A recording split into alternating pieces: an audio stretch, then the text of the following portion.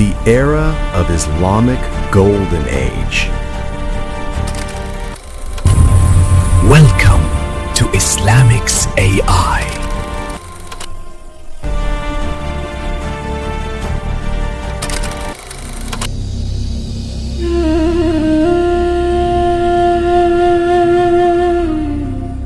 आज हम तारीख के उस शहर की बात करेंगे जो कभी दुनिया का मरकज था। ये बगदाद है ज़वाल से पहले और 1258 में होने वाले उस सानेहा से पहले जिसने तारीख के रुख को बदल दिया था। बगदाद इस्लाम का वो शहर है जिसका नाम तारीख में लिखा जा चुका है। दिजला के किनारे बसा वो शहर जिसे कभी दुनिया का दिल कहा जाता था। सूरज की पहली किरणें उसके गुंबदों और मीनारों को सोने में ढाल देती थीं।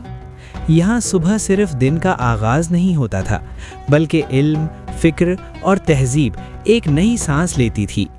ये वो शहर था जहाँ मशरिक़ और मग़रिब मिलते थे, जहाँ काफ़िले सिर्फ तिजारत नहीं बल्कि पूरी दुनिया की कहानियाँ और ख़बरें गिलाते थे। बगदाद की फ़िज़ाओं में कलम की खुशबू थी और सवाल करने की आज़ादी। ये सिर्फ एक शहर नहीं था, ये एक तहज़ीब था। बगदाद की गलियाँ इल्म, तिजारत और सकाफ़त से ज़िंदा थी। यहाँ की ज़िंदगी इसके बाज़ारों में सांस लेती थी। यहाँ हर गली में तिजारत भी थी और तहज़ीब भी। ये बाज़ार सिर्फ ख़रीदो फ़रोख्त के नहीं थे, ये दुनिया के रास्तों के संगम थे। और यहाँ लोग पढ़ते और आपस में साइंस और टेक्नोलॉजीज़ पर डिस्कशन भी करते और समझते थे।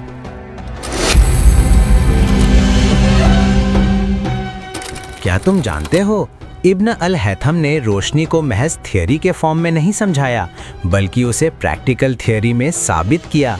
हाँ, उन्होंने आँखों के देखने के अमल को समझाया है और कहा कि रोशनी आँखों से नहीं निकलती, और एमिशन थ्योरी को गलत साबित किया और कहा कि रोशनी ऑब्जेक्ट से निकलती है और आँखों में दाखिल होती है।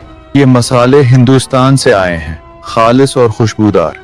बगदाद में उससे बेहतर कहीं नहीं मिलेंगे। नई किताबें आई हैं, तब रियादी और फिल्सफा पर बैतुल हुक्मा के उलमा ने खुद तस्हीह की है। ये शहर वाकई हैरत अंगीज है। मैंने चीन और बुखारा देखे हैं, मगर बगदाद जैसा नहीं।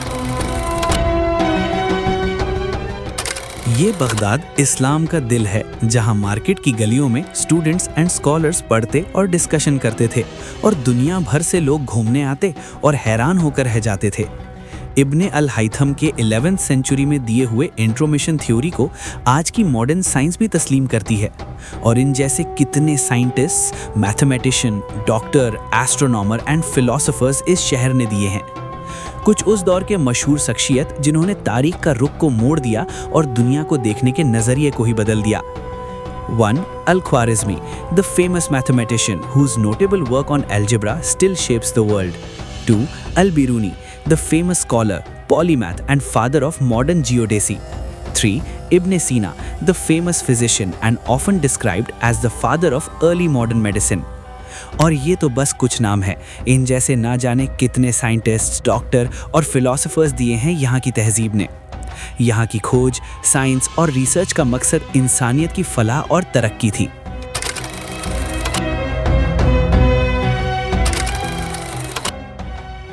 रात के अंधेरे में जब शहर खामोश हो जाता था, बगदाद के उलेमा आसमान से गुफ्तगू करते थे। वो सितारों को सिर्फ देखते नहीं थे, उन्हें समझते थे। वो जानते थे ज़मीन कहाँ है और इंसान कहाँ तक जा सकता है।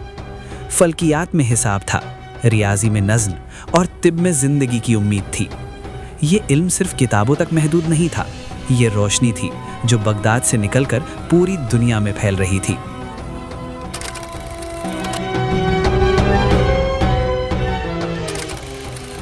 ये हज़ारों साल पहले की बात है, जब बगदाद शहर में बेहतरीन हॉस्पिटल्स हुआ करते थे, जिन्हें बीमारिस्तान और दारुश्शिफा भी कहा जाता था। ये वो जगह थी जहां मरीजों का इलाज होता था और दवाएं तैयार की जाती थीं। ये बीमार खाना सिर्फ एक इमारत नहीं था, बल्कि एक मुकम्मल इदारा था।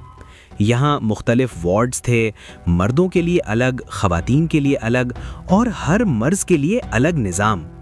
यहाँ सैकड़ों मरीज रोज़ाना इलाज हासिल किया करते थे, बिना किसी फ़र्क के, अमीर हों या गरीब।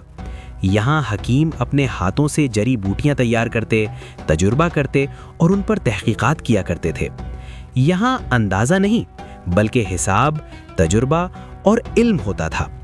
हर दवा के पीछे मर्ज का इल्म होता था और हर इल्म के पीछे इंसानी ज़िंदगी की जिम्मेदारी होती थी। ये वो अजीम बीमारिस्तान है जहाँ शिफा, रहमत और हिकमत के साथ इंसान तक पहुँचती थी।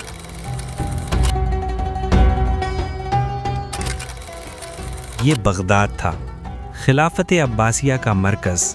यहाँ से हुक्म निकलता था जो शहरों को पार करता हुआ समंदरों तक पहुँचता था। इन महलों के अंदर सिर्फ ताजो तख्त नहीं थे, बल्कि निज़ाम था, वक़ार था और ज़िम्मेदारी का एहसास था। इन दीवारों ने सदियों के फ़ैसले देखे थे और इन छतों के नीचे तारीख़ लिखी जाती थी। दरबारों में अल्फाज कम होते थे, मगर जब बोले जाते थे तो उनका असर दूर दूर तक महसूस होता था। यहाँ खामोशी भी बोलती थी और फैसले नस्लों की किस्मत तय करते थे।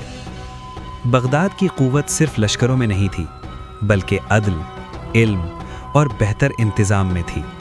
ये एक सल्तनत थी जो खौफ से नहीं बल्कि अदल और इंसाफ से चलती थी, और तकरीबन 5 सदियों तक बगदाद दुनिया के लिए तहज़ीब, सकाफ़त और इंसाफ का मरकज़ बना रहा।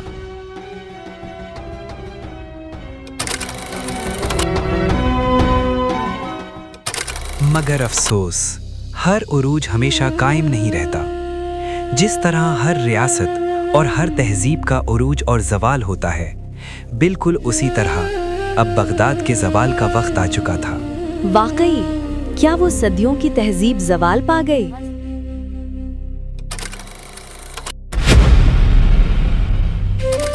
बगदाद की फ़िज़ा में एक खामोश सी बेचैनी आहिस्ता आहिस्ता उतरने लगी थी।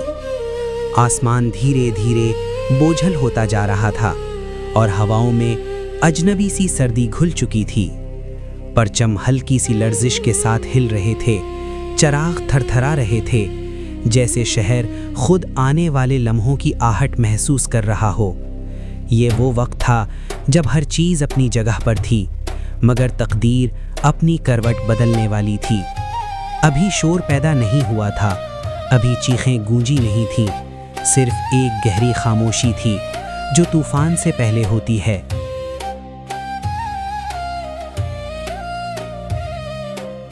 बगदाद से दूर उफ़ुक़ पर गर्द आहिस्ता आहिस्ता उठ रही थी।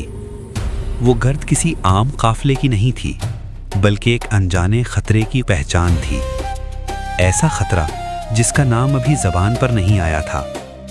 दूर घोड़ों की टापों की मध्यम आवाज़ हवा के साथ बहते हुए वक्त की तरह बढ़ती जा रही थी। अभी शहर महफूज था, अभी दरवाजे बंद नहीं हुए थे, लेकिन तारीख़ अपना सफ़र शुरू कर चुकी थी। वो ख़तरा आँखों को नज़र नहीं आता था, मगर दिलों पर अपनी दस्तक देने लगा था।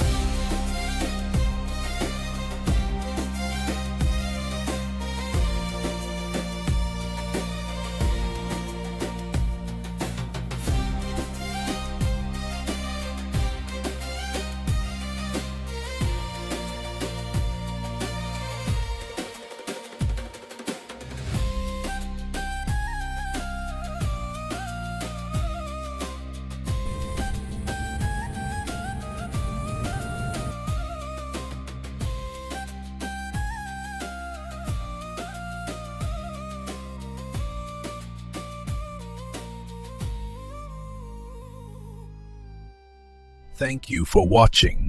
Please like, share, and subscribe for more. This is Islamics AI.